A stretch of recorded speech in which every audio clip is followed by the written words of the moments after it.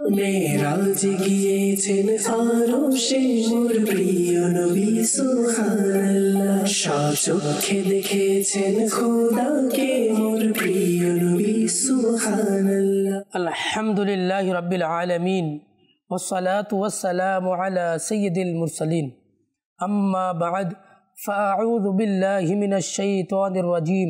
বিসমিল্লাহির রহমানির রহিম।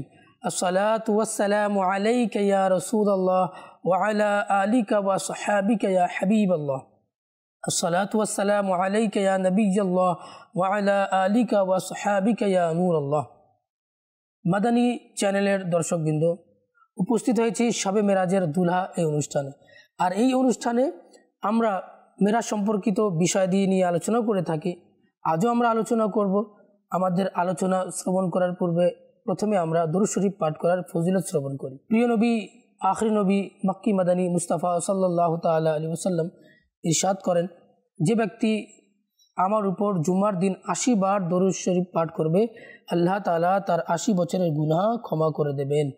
সাল্লু আলাল হাবিব সাল্লাল্লাহু তাআলা আলাইহি ওয়াসাল্লাম।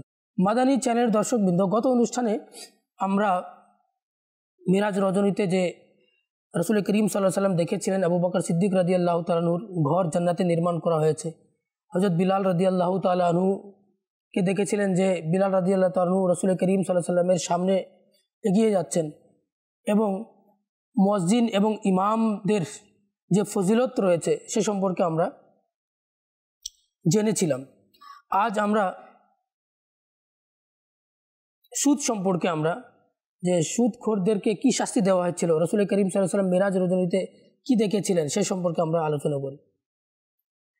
গীবতের মতো সুদ খাওয়াও চরম বিধ্বংসী ও প্রাণ হরণকারী রোগ, যা মানুষের অন্তরে মুসলমানের কল্যাণ কামনার মানসিকতাকে নষ্ট করে দেয়। মেরাজের রজনীতে প্রিয় নবী রাসূল আরবি হুজুরপুর নূর সাল্লাল্লাহু আলাইহি সাল্লাম যাদেরকে লিপ্ত দেখেছেন, তাদের মধ্যে ওই লোকেরাও ছিল যারা সুদ খাওয়ার কারণে আযাবে লিপ্ত ছিল। হযরত সাইয়েদুনা সামুরাহ রাদিয়াল্লাহু তাআলা আনহু থেকে বর্ণিত, তিনি বলেন, নবী করিম রাউফুর রহিম সাল্লাল্লাহু আলাইহি সাল্লাম ইরশাদ করেন, মেরাজ রজনীতে আমি একজন ব্যক্তিকে দেখলাম নদীতে সাঁতার কেটে কেটে পাথর গিলছে। আল্লাহু আকবার। আমি জিজ্ঞাসা করলাম, ই কে? বলা হলো, এই ব্যক্তি সুদখোর। আল্লাহু আকবার। মিরাজ রজনীতে রাসূল করিম সাল্লাল্লাহু আলাইহি ওয়াসাল্লাম কি দেখছেন যে নদীতে একজন লোক সাঁতার কাটছে আর পাথর গিলছে, তো তাকে এই শাস্তি দেওয়া হচ্ছে কারণ সে দুনিয়াতে সুদ খেত।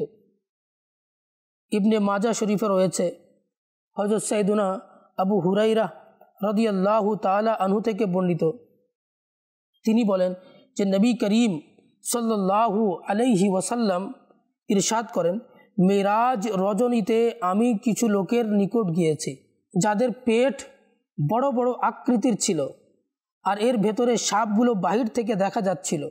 আমি জিজ্ঞাসা করলাম, হে জিব্রাইল, এরা কারা? বললেন, এরা সুদখোর। প্রসিদ্ধ মুফাসসির হাকিমুল উম্মত হযরত আল্লামা মুফতি আহমদ ইয়ার খান নাঈমি রহমতুল্লাহি তাআলা আলাইহি এই হাদিসের ব্যাখ্যায় বলেন, যেহেতু সুদখোর লোভী হয়, তাই খায় কম, লোভ করে বেশি, এই জন্য তাদের পেট বাস্তবিকই বড় হয়ে যায়। মানুষের যে সম্পদ অন্যায়ভাবে গ্রাস করত তা পেটে সাপ বিচ্ছুর আকৃতিতে দৃষ্টিগোচর হবে। আল্লাহু আকবার। আজ যদি সামান্য একটি কীট সৃষ্টি হয়ে যায় তবে সুস্থতায় বিঘ্নতা ঘটে, মানুষ অস্থির হয়ে যায়, তখন বুঝে নিন যে যখন তার পেট বিচ্ছুতে ভরে যায় তখন তার কষ্ট ও অস্থিরতা অবস্থা কেমন হবে। আমরা সুদ থেকে তওবা করে নিই। মাদানী চ্যানেলের দর্শকবৃন্দ, উপরোক্ত বর্ণনা থেকে ওই সকল শিক্ষা গ্রহণ করা উচিত যারা সুদের লেনদেন করে। একটু চিন্তা করুন, যদি এই অবাধ্যতার কারণে আল্লাহ পাক অসন্তুষ্ট হয়ে যান, হাসরের দিন সুদখোরদের এই যন্ত্রণাদায়ক আযাবে লিপ্ত করে দেন, পেটে সাপ ও বিচ্ছু পূর্ণ করে দেন, তবে কি হবে? তখন এই সুদের লাভ কোনো উপকারে আসবে না। তাই বুদ্ধিমানের উচিত পার্থিব সামান্য ক্ষণস্থায়ী উপকারের জন্য নিজেকে কবর ও আখিরাতের ভয়াবহ আযাবের উপযুক্ত না বানানো। প্রিয় ইসলামী ভাইরা, আবার আমাদের মাঝে অনেকে আছে যারা পিতা মাতাকে কষ্ট দেয়, তাদের ব্যাপারে কি রয়েছে? প্রিয় ইসলামী ভাইরা, কোরআনে কারীম ও হাদিস শরীফে নামাজের অনেক গুরুত্ব বর্ণনা করা হয়েছে। প্রত্যেক নামাজ সময় মতো নিয়মিত আদায় করার অসংখ্য ফজিলত এবং শরঈ অজুহাত ব্যতীত অলসতা করার কঠিন শাস্তি বর্ণিত হয়েছে। মেরাজ রজনীতে নবী করিম সাল্লাল্লাহু আলাইহি সাল্লাম এমন কিছু লোকও দেখেছেন যারা নামাজে অলসতা করার কারণে আযাবের সম্মুখীন হয়েছে। আসুন তা লক্ষ্য করি এবং নিয়মিত নামাজ আদায় করার মানসিকতা তৈরি করে নিই আমরা। বর্ণিত আছে নবী পাক সাল্লাল্লাহু আলাইহি সাল্লাম এমন কিছু লোকের নিকট গমন করেন যাদের মাথা পাথর দ্বারা পিষ্ট করা হচ্ছিল। প্রতিবার পিষ্ট হওয়ার পর তার পূর্বের ন্যায় ঠিক হয়ে যেত। প্রতিবার পিষ্ট হওয়ার পর তা পূর্বের ন্যায় ঠিক হয়ে যেত এবং পুনরায় পিষ্ট করা হতো। এক্ষেত্রে কোনো অলসতা করা হতো না। হুজুর সাল্লাল্লাহু আলাইহি সাল্লাম হযরত জিবরাইল আলাইহিস সালামকে জিজ্ঞাসা করলেন, হে জিবরাইল, এরা কারা? আরজ করলেন, এরা হলো ওই লোক যাদের মাথা নামাজের কারণে বোঝা হয়ে থাকতো। আল্লাহু আকবার। মাদানী চ্যানেল দর্শকবৃন্দ, মেরাজ রজনীতে নবী করিম সাল্লাল্লাহু আলাইহি সাল্লাম আরও কিছু লোকের নিকট তাশরিফ নিয়ে গেলেন। তাদের ঠোঁট আগুনের কেচি দ্বারা কাটা হচ্ছিল আর প্রতিবার কাটার পর তা পুনরায় ঠিক হয়ে যেত। হুজুর নবী করিম সাল্লাল্লাহু আলাইহি ওয়াসাল্লাম জিজ্ঞাসা করলেন, হে জিবরাইল, এরা কারা? আরজ করলেন, এরা আপনার উম্মতের বক্তা যারা নিজেদের কথার উপর আমল করতো না এবং কোরআন পড়তো কিন্তু এর উপর আমল করতো না। উক্ত বর্ণনা থেকে ওই সকল মুবাল্লিগ ও বক্তাদের শিক্ষা গ্রহণ করা উচিত যারা অন্যদের তো নেকির দাওয়াত দেয়, নামাজ রোজা জাকাত হজের প্রতি উৎসাহিত করে, কিন্তু মিথ্যা গীবত চগলখড়ি হিংসা ও অহংকার প্রভৃতি নাজায়েজ হারাম কাজ থেকে নিষেধ করে কিন্তু নিজেরা ভুলে থাকে। তাদের এই বিষয়ে অনুভূতি থাকে না। কিয়ামতের দিন তাদের হিসাব নিকাশও হবে, তাদেরকে তাদের কৃতকর্ম সম্পর্কে জিজ্ঞাসাবাদ করা হবে। হুজ্জাতুল ইসলাম হযরত সাইয়েদুনা ইমাম মুহাম্মদ বিন মুহাম্মদ গজ্জালি রহমতুল্লাহি তাআলা আলাইহি তার এক শাগরেদকে উপদেশ দিতে গিয়ে বলেন, হে প্রিয় বৎস, ইলিম ব্যতীত আমল পাগলামি ও উন্মাদনার চেয়ে কম নয়, আর আমল ইলিম ব্যতীত সম্ভব নয়। যে ইলম আজ আমাকে গুনাহ থেকে বিরত রাখতে পারে না এবং আল্লাহ পাকের আনুগত্যের আগ্রহ সৃষ্টি করতে পারে না, তবে মনে রেখো তা কাল কিয়ামতের দিন তোমাকে জাহান্নামের আগুন থেকেও বাঁচাতে পারবে না। যদি আজ তুমি নেক আমল না করো এবং অতিবাহিত হওয়া সময়ের প্রতিকার না করো, তবে কাল কিয়ামতে তোমার এটাই আর্তনাদ হবে যে ফারজি'না না'মাল সালিহান ইন্না মুকিনুন, আমাদেরকে পুনরায় প্রেরণ করো যাতে আমরা সৎ কাজ করি, আমাদের মধ্যে দৃঢ় বিশ্বাস এসে গেছে। তখন তোমাকে উত্তর দেওয়া হবে, হে বোকা, হে মূর্খ, তুমি তো সেখান থেকেই আসছো। আত্মায় সাহস সৃষ্টি করো, নফসের বিরুদ্ধে জিহাদ করো এবং মৃত্যুকে নিজের নিকটতম জানো, কেননা তোমার ঠিকানা হলো কবর এবং কবরবাসী প্রতিটি মুহূর্তে তোমার জন্য অপেক্ষমান। তুমি কখন তাদের নিকট পৌঁছবে? সাবধান সাবধান, ভয় করো, দেখা যাবে যে পাথে ব্যথিত তুমি তার নিকট পৌঁছে যাবে। মাদানী চ্যানেল দর্শকবৃন্দ, আমলহীন বক্তার ভয়াবহ পরিণতি সম্পর্কিত আরেকটি হাদিস শরীফ লক্ষ্য করুন। নবী পাক সাল্লাল্লাহু আলাইহি ওয়াসাল্লাম ইরশাদ করেন, কিয়ামতের দিন এক ব্যক্তিকে আনা হবে এবং তাকে আগুনে নিক্ষেপ করা হবে, যার ফলে তার নাড়ি ভুঁড়ি বাইরে চলে আসবে। তা তাদের চতুর্পাশে এমনভাবে চক্কর দেবে যেমনিভাবে গাধা চাক্কির চারপাশে চক্কর দেয়। জাহান্নামীরা তার নিকট এসে জিজ্ঞাসা করবে, হে অমুক, তোমার কি হলো? তুমি কি লোকদের নেকির দাওয়াত দিতে না এবং মন্দের কাজ থেকে নিষেধ করতে না? সে বলবে, হ্যাঁ, কেনই বা নয়, আমি নেকির আদেশ দিতাম কিন্তু নিজে আমল করতাম না, মন্দ কাজ থেকে নিষেধ করতাম কিন্তু নিজেই করতাম। প্রিয় ইসলামী ভাইরা, যে সকল মুবাল্লিগ উৎসাহ প্রদানের জন্য নিজেকে আপাদমস্তক আমল দ্বারা সাজিয়ে নেয় না, অন্যকে আমলকারী বানানোর নিজেকে আমলহীনতার অন্ধকার খাঁচা থেকে বের করে না, এসব লোকদের নেকির দাওয়াতের মধ্যে প্রভাবও থাকে না। পক্ষান্তরে আমলদার মুবাল্লিগদের মুখ হতে নির্গত কথা প্রভাবকারীর জন্য তীর হয়ে সম্বোধিত ব্যক্তির অন্তরে বিদ্ধ হয়ে যায় এবং তাকে সুন্নাতের আমলি প্রতিচ্ছবি হতে বাধ্য করে দেয়। মেরাজ রজনীতে প্রিয় নবী সাল্লাল্লাহু আলাইহি সাল্লাম জাহান্নামে এমন কিছু লোককে দেখেছেন যারা আগুনের ডালে ঝুলন্ত ছিল।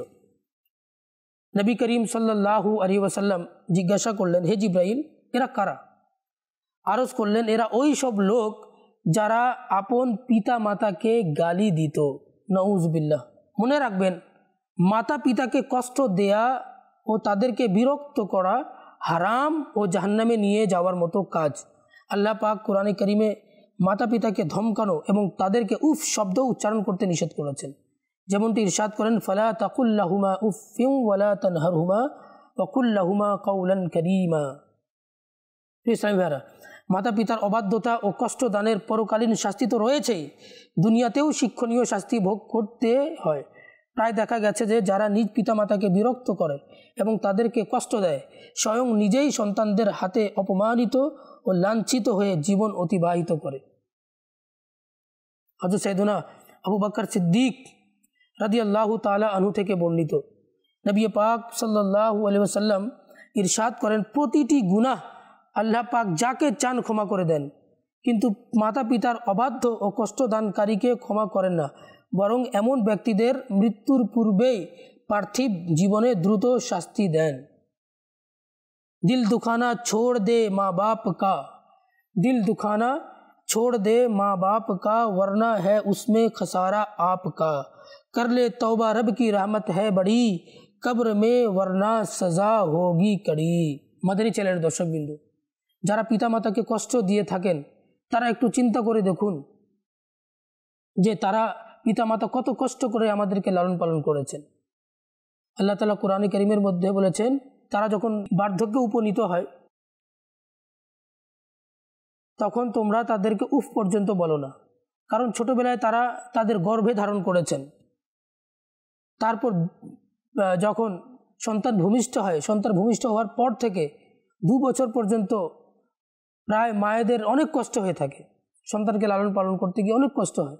সন্তানের উচিত যেন সন্তানের মাধ্যমে পিতা মাতার যেন কোনো কষ্ট না পায়, পিতা মাতার যেন খিদমত করে। বায়েজিদ বুস্তামি রাহমাতুল্লাহি তাআলা আলাইহি এর মা গভীর রাত্রে পানি আনার জন্য বায়েজিদ বুস্তামি রাহমাতুল্লাহি তাআলা আলাইহিকে বললেন। আর শীতকাল ছিল, যখন বায়েজিদ বুস্তামি রাহমাতুল্লাহি তাআলা আলাইহি ওই পানি যখন নিয়ে আসলেন, দেখলেন মা ঘুমোচ্ছে, তো পানি নিয়ে সে দাঁড়িয়ে রইল আর মাকে সে জাগ্রত করেনি। তো যখন মা অনেকক্ষণ পরে জাগ্রত হলো, দেখলো যে তার সন্তান এখনও পানি নিয়ে দাঁড়িয়ে আছে, তো মা তার জন্য দোয়া করলো। তো সেই দোয়ার বহু বরকতে বায়েজিদ বুস্তামি রাহমাতুল্লাহি তাআলা আলাইহি যুগ শ্রেষ্ঠ ওলিতে পরিণত হলেন। বায়েজিদ বুস্তামি রাহমাতুল্লাহি তাআলা আলাইহি ওলিদের মধ্যে তার মর্যাদা অনেক শীর্ষ স্তরে রয়েছে। তো মাতা পিতার খিদমত করার কারণে এমন সম্মান তিনি পেয়েছেন, এমন মর্যাদার অধিকারী হয়েছেন। আল্লাহ তাআলা যেন আমাদেরকে অধিকারে পিতা মাতার খিদমত করার তৌফিক দান করুন। মাদানী চ্যানেলের দর্শকবৃন্দ, আমরা মেরাজ রজনী সম্পর্কে আলোচনা করছিলাম। তো মেরাজ রজনীতে আমরা যে সমস্ত বক্তা রয়েছে যারা বয়ান করে কিন্তু নিজে আমল করে না, তাদের শাস্তি সম্পর্কে আমরা শুনলাম। যারা গীবত করে তাদের শাস্তি সম্পর্কে শুনলাম। যারা সুদ খায় তাদের শাস্তি সম্পর্কে শুনলাম। তো মাদানী চ্যানেলের দর্শকবৃন্দ, আমরা যা কিছু শুনছি, যে সমস্ত গুনাহ সম্পর্কে শুনেছি এবং তার শাস্তি সম্পর্কে শুনেছি, আমরা তা থেকে তওবা করে নিই আর আমরা নেককার হওয়ার চেষ্টা করি। আবার বেনামাজি সম্পর্কে শুনলাম যে বেনামাজিদেরকে কি শাস্তি দেওয়া হবে।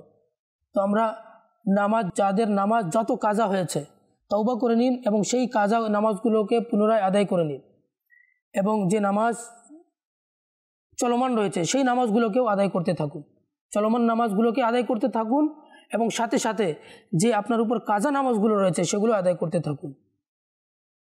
তো নামাজের পদ্ধতি জানার জন্য এবং কাজা নামাজের পদ্ধতি জানার জন্য আমির আহলে সুন্নাত দাওয়াত ইসলামের প্রতিষ্ঠাতা হযরতুল আল্লামা মাওলানা মুহাম্মদ ইলিয়াস আত্তার কাদেরি রাজাবি জিয়াই দামাত বরকাতুহুল আলিয়ার প্রসিদ্ধ কিতাব নামাজের আহকাম, নামাজের আহকামের মধ্যে অনেকগুলো অধ্যায় রয়েছে, তার মধ্যে একটা অধ্যায় রয়েছে নামাজের পদ্ধতি, আর একটা রয়েছে কাজা নামাজের পদ্ধতি। তো আমরা এই নামাজের পদ্ধতি থেকে আমরা নামাজের নিয়মাবলী আমরা শিখে নিই, এবং কাজা নামাজের পদ্ধতি থেকে আমরা কাজা নামাজ আদায় করার পদ্ধতিও শিখে নিই, আর আমরা আমল করা শুরু করে দিই। তাহলে আল্লাহ তাআলা আমাদের তওবাকে কবুল করবেন। আল্লাহ তাআলা যেন আমাদেরকে যা কিছু শুনেছি শিখেছি, আল্লাহ তাআলা আমাদেরকে আমল করার তৌফিক দান করুক। মাদানী চ্যানেল দর্শকবৃন্দ, আজ এই পর্যন্ত। আগামী অনুষ্ঠানে আবারও একটা নতুন বিষয় নিয়ে আপনাদের সম্মুখে উপস্থিত হব। ততক্ষণ পর্যন্ত ভালো থাকুন, সুস্থ থাকুন, মাদানী চ্যানেল দেখতে থাকুন। সল্লু আলাল হাবিব সাল্লাল্লাহু তাআলা আলা মুহাম্মদ সাল্লাল্লাহু তাআলা আলাইহি ওয়াসাল্লাম। মেরাজ গিয়েছেন আরশে মোর প্রিয় নবী সুবহানাল্লাহ, চক্ষে দেখেছেন খোদাকে মোর প্রিয় নবী সুবহানাল্লাহ।